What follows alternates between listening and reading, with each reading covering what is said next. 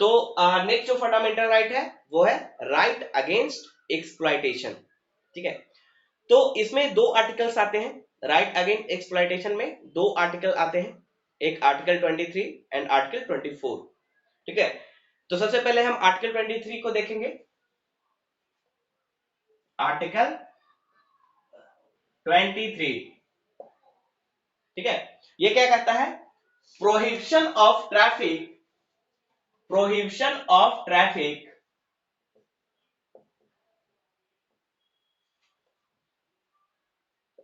Traffic in human being and forced labor, forced labor। ठीक है, तो ये आर्टिकल हमें किससे प्रोटेक्ट करता है? Protection against, protection of traffic in human being. Traffic in human being क्या होता है? Trafficking, human trafficking, human trafficking का मतलब होता है, ठीक है, तो ये हमें आर्टिकल 23 हमें क्या प्रोटेक्शन देता है? Prohibition of traffic in human being and force labour. Traffic in human being क्या होता है? ह्यूमन ट्रैफिकिंग, मानव तस्करी। ठीक है, जब मानव का इलीगल तरीके से ट्रेड किया जाता है, ठीक है, तो उसे कहा जाता है ह्यूमन ट्रैफिकिंग, यानी ट्रैफिकिंग इन ह्यूमन बीइंग। तस्करी यानी बाहर भेजना या उसकी तस्करी करना, ट्रेड करना इलीगल तरीके से, है ना, तो उसे कहता है ट्रैफिक इन ह्यूमन बीइंग।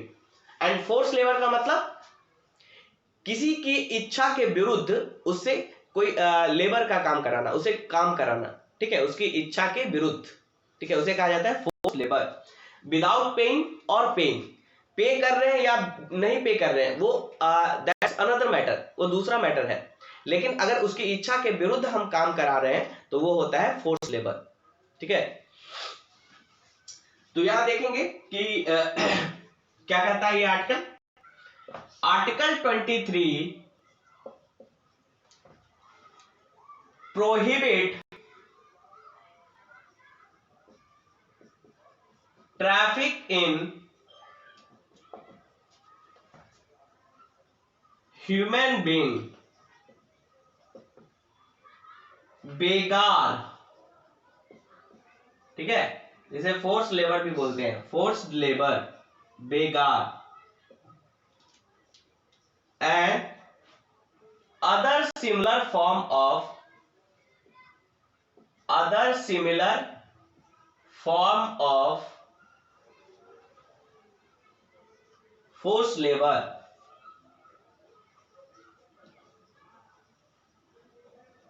ठीक है, तो आर्टिकल 23 किस चीज को रोकता है? ट्रैफिक इन ह्यूमन बीइंग, मानव तस्करी को रोकता है, साथ ही साथ फोर्स लेबर को। और जिसमें से एक फोर्स लेबर का एक टाइप है बेगार। बेगार का मतलब होता है बिना पे किए हुए उसे काम कराना।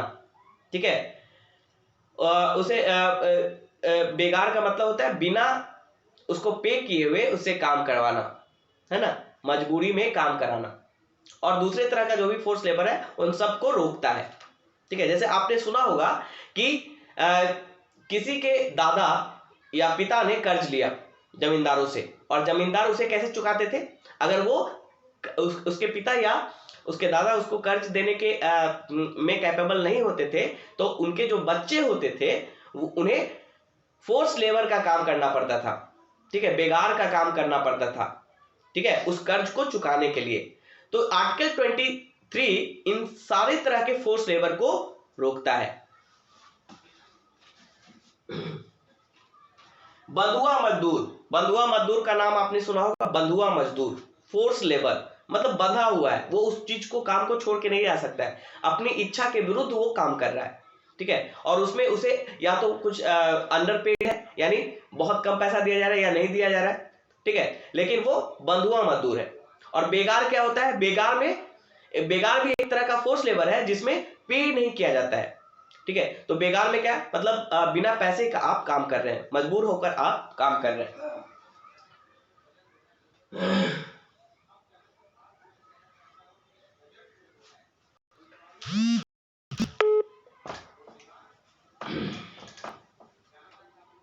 This right is available to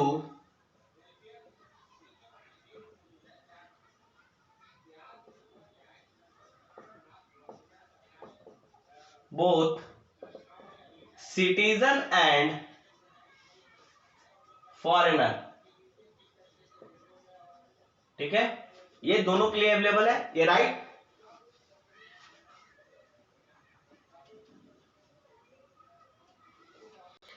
इसके साथ साथ दिस राइट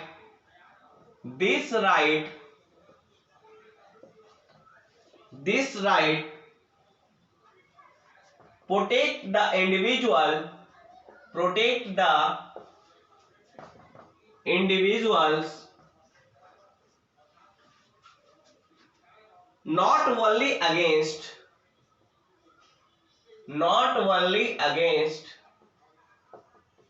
the state,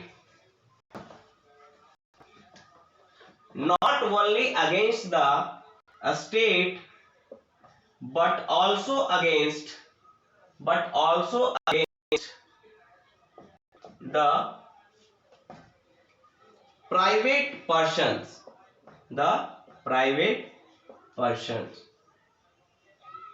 तो ये दो चीजें याद रखिएगा कि ये राइट सिर्फ सिटीजन के नहीं बल्कि फॉरेनर्स के लिए भी अवेलेबल है। दूसरा कि ये राइट आपको सिर्फ स्टेट के अगेंस्ट प्रोटेक्ट नहीं करता बल्कि प्राइवेट पर्सन के अगेंस्ट भी प्रोटेक्ट करता है। यानी अगर कोई प्राइवेट पर्सन भी फोर्स लेबर कराता है, ठीक है, या बेगार कराता है तो उसके खिलाफ कार्रवाई हो सकती है। ठीक है,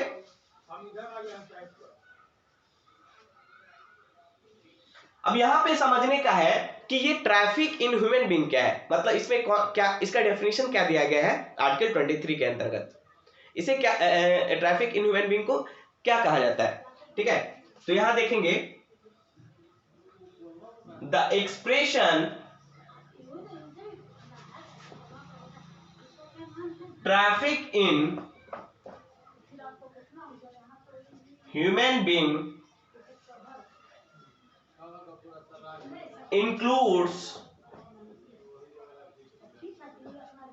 includes selling and buying of men। पहला selling and buying of men।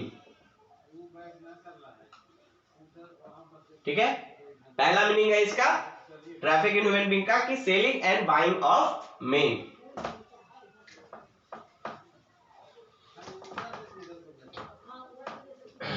Next क्या है B, men women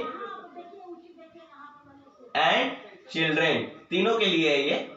human trafficking का मतलब सेलिंग और buying of main women and children. दूसरा मीनिंग क्या बोलता है, immoral traffic in women and children including prostitution.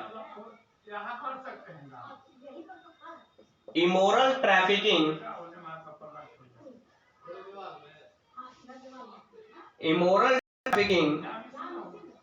in women and children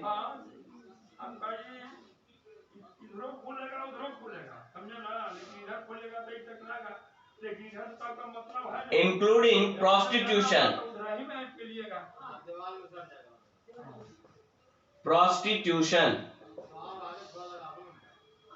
है ना।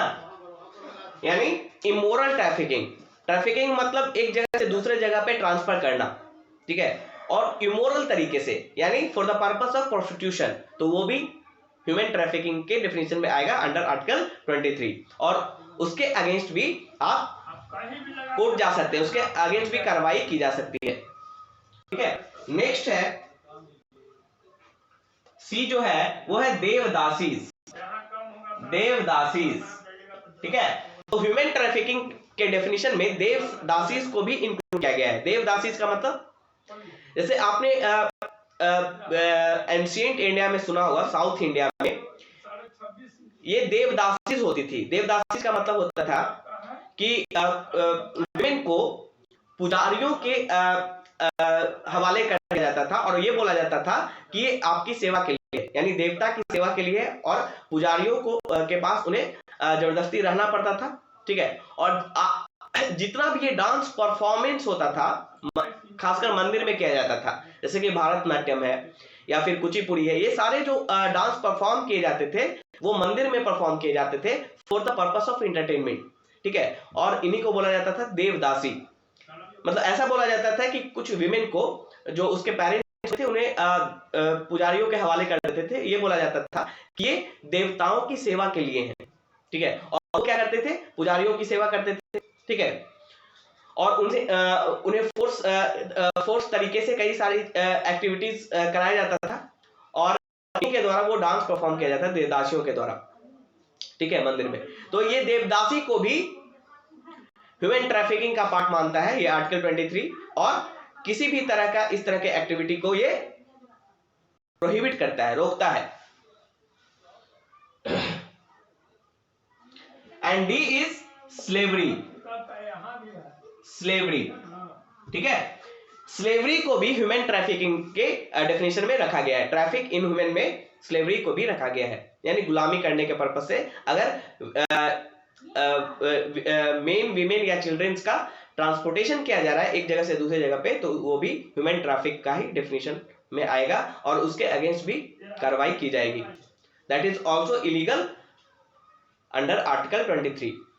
ओके, इसके अलावा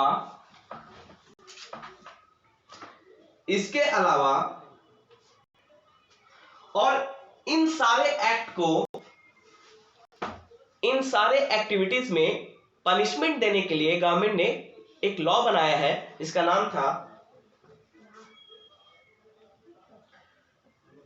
to punish this act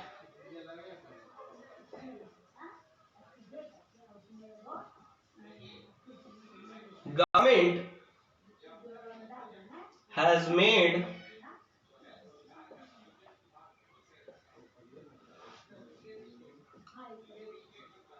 immoral traffic prevention act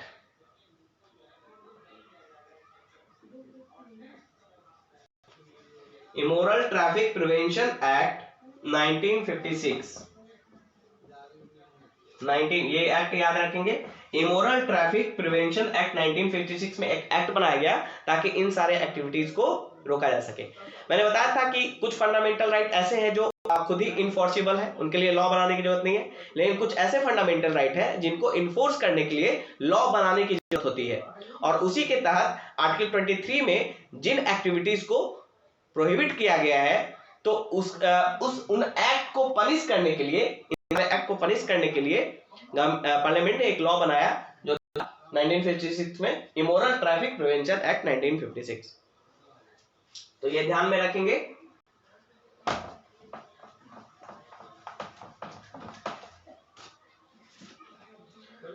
अब यहाँ पे फोर्स लेबर का क्या मतलब है, बेगार का क्या मतलब है?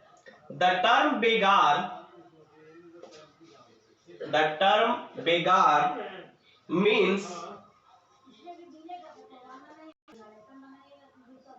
compulsory work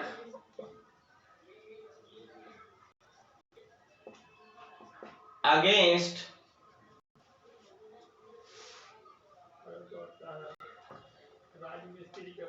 compulsory work without remuneration, है ना।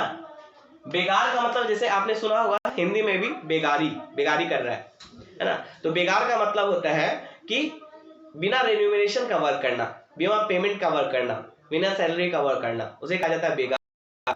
ठीक है, without any remuneration.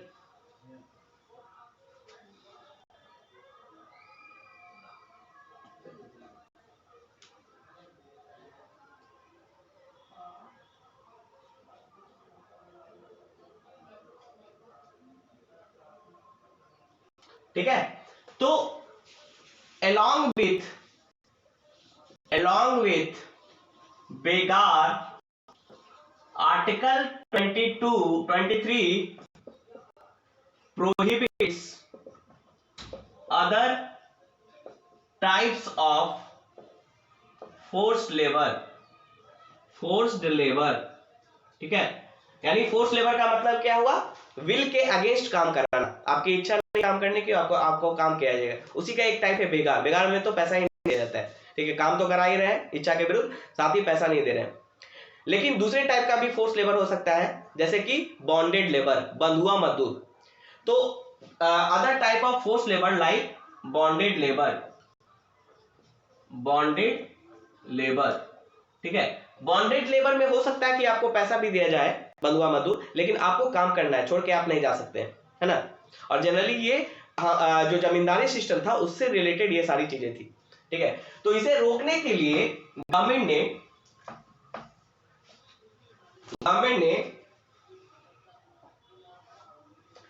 In this regard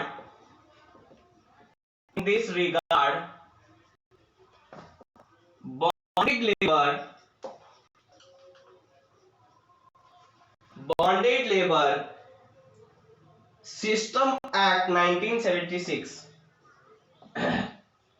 system act 1976, इसके अलावा the minimum wages act 1948, the minimum wages act 1948,